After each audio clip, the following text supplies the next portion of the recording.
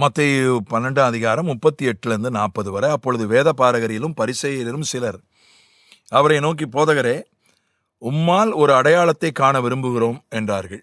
அவர்களுக்கு அவர் பிரதியுத்தரமாக, இந்த பொல்லாத உபச்சார சந்ததியார் அடையாளத்தை தேடுகிறார்கள். ஆனாலும் யோனா தீர்க்கதரிசியின் அடையாளமே அன்றி வேற அடையாளம் அவர்களுக்கு கொடுக்கப்படுவதில்லை. யோனா இரவும் பகலும் 3 நாள் ஒரு பெரிய மீனின் வயிற்றில் இருந்தது போல மனுஷகுமாரனும் இரவும் பகலும் 3 நாள் பூமியின் இருதயத்தில் இருப்பார். அடையாளம் கேட்குறாங்க வேத பாரகர், பரிசேயர்.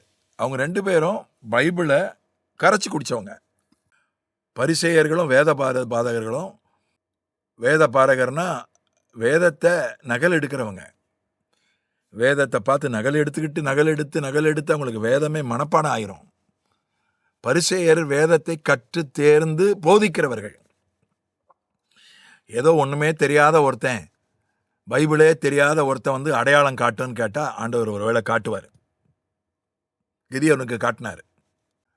ஆனால் இவங்களுக்கு என்ன பதில் சொன்னார்னா, ரொம்ப பயங்கரமான வார்த்தை சொன்னார். பொல்லாத உபச்சார சந்ததியார் அடையாளத்தை தேடுகிறார்கள். அவர் உபச்சாரம்னு சொன்னது ஆவிக்குரிய உபச்சாரம்.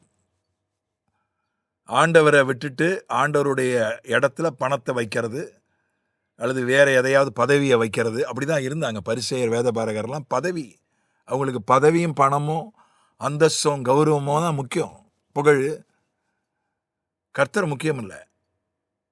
விபச்சாரம்னா அதான் ஆவிக்குரிய விபச்சாரம். பொல்லாதவர்கள், ஆமாம், அது நமக்கு புரியும். அடையாளத்தை கேட்பது, அது 1 கொரிந்தியர் 1:22-24 வரை நம்ம வாசிக்கிறோம். யூதர்கள் அடையாளத்தை கேட்கிறார்கள், கிரேக்கர் ஞானத்தை தேடுகிறார்கள்.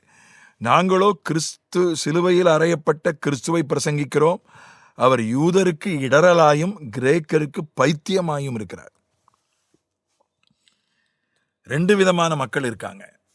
யூதர்கள் மாதிரி அடையாளத்தை கேட்பாங்க. ஒரு அடையாளத்தை காட்டுங்க, நாங்கள் நம்புகிறோம், இயேசுவை நம்புகிறோம், நீங்கள் சொல்கிறத நம்புகிறோம். கிரேக்கர் ஞானத்தை தேடுகிறார்கள். கிரேக்கர் மாதிரி அவங்க தத்துவம் தான் அவங்களுக்கு முக்கியம். உங்கள் தத்துவம் என்ன சொல்லுங்க என்று சொல்வார்கள். அவங்களுக்கு தத்துவம், ஒரு தத்துவத்தை சொல்லணும். புத்தர் சொன்ன மாதிரி ஆசையே துன்பத்துக்கு காரணம். அவர் புத்தர் தத்துவத்தை சொன்னார். அந்த தத்துவம் ஒரு கூட்ட ஜனங்களுக்கு பிடிச்சு போச்சு. 40 நாடுகள் புத்த மதத்தை பின்பற்றுகின்றன இந்த உலகத்தில். சிலருக்கு அடையாளம், கத்தோலிக்கர்கள் யாரு, இந்த அடையாளத்தை தான் தேடுவாங்க. மாதா சிலையிலேருந்து கண்ணீர் வந்துச்சு, இயேசுநாதருக்கு சிலை விரலை கொஞ்சம் மடக்கிடுச்சு, ஒரு இதுதான் அவங்களுக்கு அடையாளம். ஒவ்வொரு கத்தோலிக்க கோயிலையும் போய் வரலாறை பாருங்க, அங்கே சொல்லுவாங்க, இந்த மாதிரி ஏதோ ஒன்று நடந்துச்சு, அதனால அந்த கோயிலை கட்டணும் என்று சொல்வார்கள். அதுக்கு ஒரு பேர் வச்சிருப்பாங்க. அதுக்கு அது ஒரு புண்ணிய ஸ்தலம், புனித ஸ்தலம்ன்ற மாதிரி அர்த்தமுள்ள ஒரு பேர் வச்சிருப்பாங்க. கேட்டால் அதில் இந்த மாதிரி ஏதாவது நடந்திருக்கும். இப்பவும் நடந்துட்டு தான் இருக்கு. இந்த மூலையிலும் பார்த்தீங்கன்னாலும் மரியாள் சிலையிலேருந்து ரத்தம் வந்துச்சு, இயேசுநாதர் சிலையை கையை அசைச்சி விட்டது, கண்ணை மூடி திறந்து விட்டது என்று அதன் அடிப்படையில் அதுதான் உலகத்திலே பெரிய மதம் எதுன்னு கேட்டால் கத்தோலிக்க மதம் தான். ரெக்கார்டு படி பார்த்தா உலகத்திலே பெரிய மதம் கத்தோலிக்க மதம். இன்னும் பிற மதங்களும் நம்ம நாட்டில் இருக்கக்கூடிய மதங்கள்லையும் ஒன்று தத்துவம் இருக்கும் அல்லது அடையாளம் இருக்கும். அதான் ஞானம்.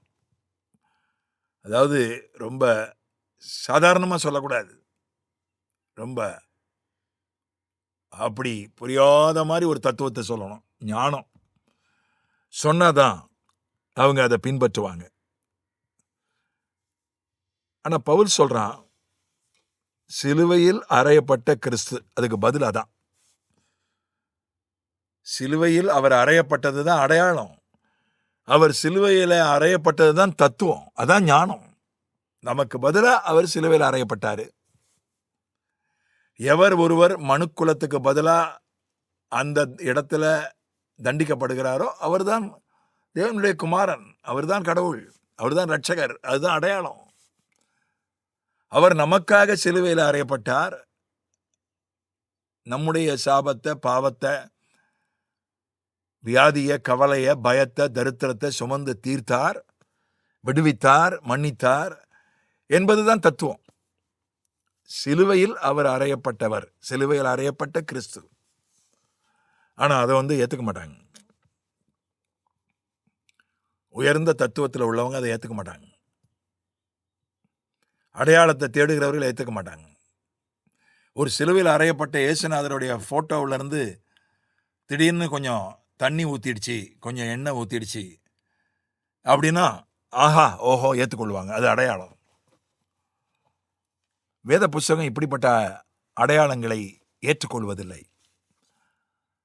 சிலுவையில் அறையப்பட்ட கிறிஸ்து, அவர் சிலுவையில் அறையப்பட்டதுதான் அடையாளம். அவர் எதற்காக சிலுவையில் அறையப்பட்டார் என்பதுதான் ஞானம், அதுதான் தத்துவம்.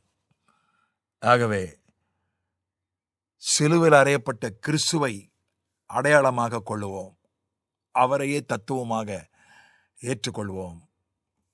ஆமென்.